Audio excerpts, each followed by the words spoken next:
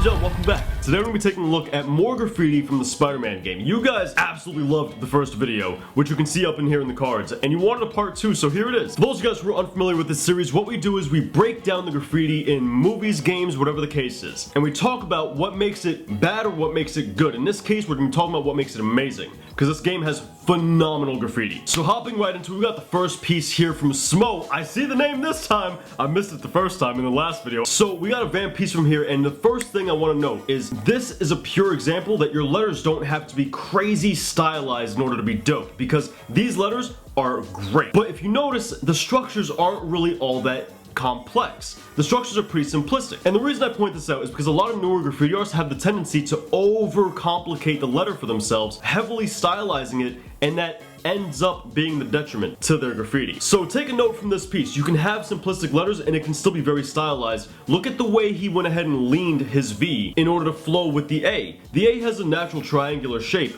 so the V leans to the right and the M leans to the left in order to complement that. At this point, all he's got to do is lean the P to the left in order to go with the M. This goes back to when we talked about line and letter uniformity and similarity. Because of these leans, he's having lines that are similar to one another, like you can see here in the M, where the right side of the M is very similar to the left side of the P, and the top of the A is very similar to the right side of the M. Also, another thing I want to note is he has rings that go around his extensions on the left and the right side. And it's nice to see that he considered the forms of the 3D of the letter itself, because the rings follow that form. So a very basic example I'll give here is this little ring right here. Let's pretend my finger is the extension. This right here is very different than this. You see how we can change the form of the ring in order to make it look like it has more depth or not, based on how we turn it. He turned his ring to optimize the amount of depth he was getting from that extension, which was an extremely smart move. Because what you have to remember is 3D on a letter is supposed to suggest that the letter has form. It's supposed to suggest that the letter takes up space in the world. And putting those rings in the right orientation to those forms is really important in order to sell that illusion that it has form. Smo, I'm extremely glad that I was exposed to your work from not only like yourself coming out in the comments, but other people in the comments as well telling me about you,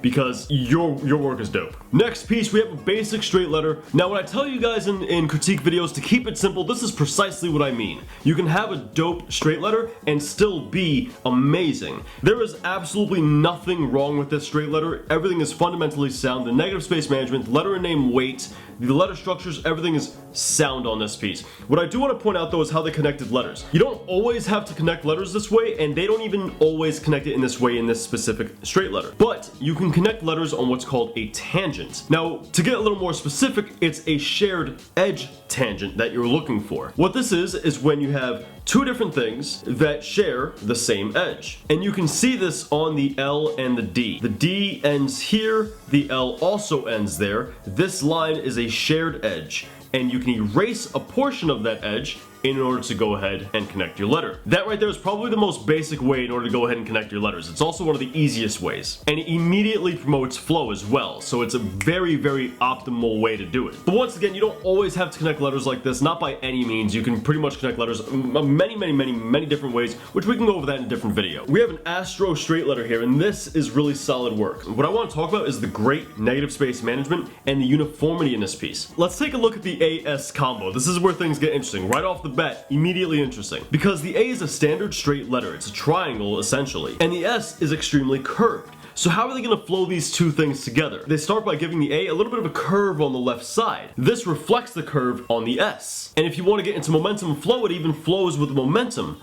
of the S going directly into it. They then go ahead and shoot a straight right hand side, which ends up helping with flow with line uniformity and similarity on the S on the bottom. But then they get to the S and they have that typical S curve that you would come to expect. When they get to the top, they have a more triangular top, which then goes ahead and reflects the A. But this top is really small, and the reason for that is ingenious. You see, they follow this up with a T next, and the T is a really difficult letter in order to position next to other letters because it tends to push things away with its top. This ends up leaving a lot of negative space below the two horizontal portions of the T. They fixed this by filling that in with the S. But the S couldn't have too big of a top, because if you cover too much of a letter, you end up breaking letter structure, and if you cover certain parts of a letter, you end up breaking letter structure. So notice how the S top is really small. It doesn't cover the whole letter, left side of the T, it doesn't overlap the way top of the T, and it also doesn't overlap the intersection from the left portion of the T to the center of the T. The S was positioned perfectly to show us enough structure from the T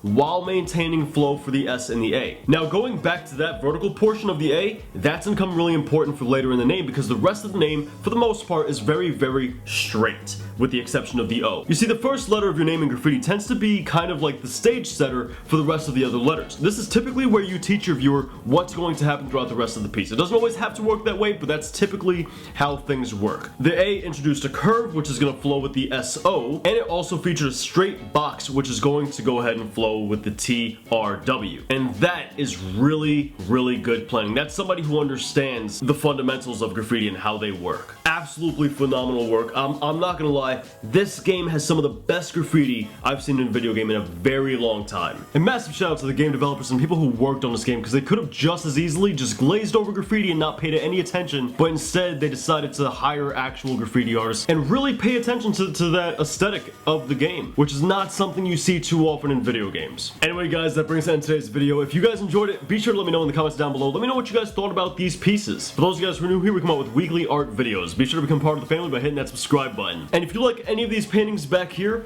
be sure to go ahead and check out my Twitch. I got a link in the description. I'll see you guys around, but until then, peace.